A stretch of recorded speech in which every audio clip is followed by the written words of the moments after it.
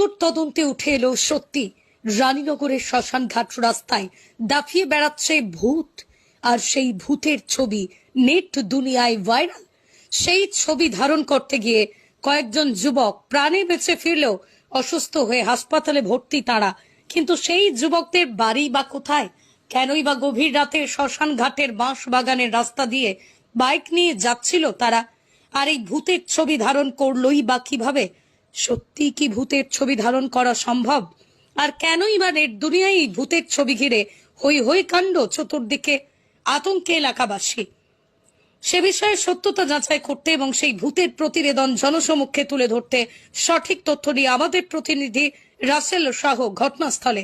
জানবো এবং আরো বিস্তারিত জানবো, সঙ্গে থাকবেন, শেয়ার করে ছড়িয়ে দেবেন আজকের এই প্রতিবেদন। মুর্শিদাবাদ জেলার রানীনগর থানার অন্তর্গত দাসের চক। আর এই গ্রামের আগেই গ্রামে যাওয়ার রাস্তা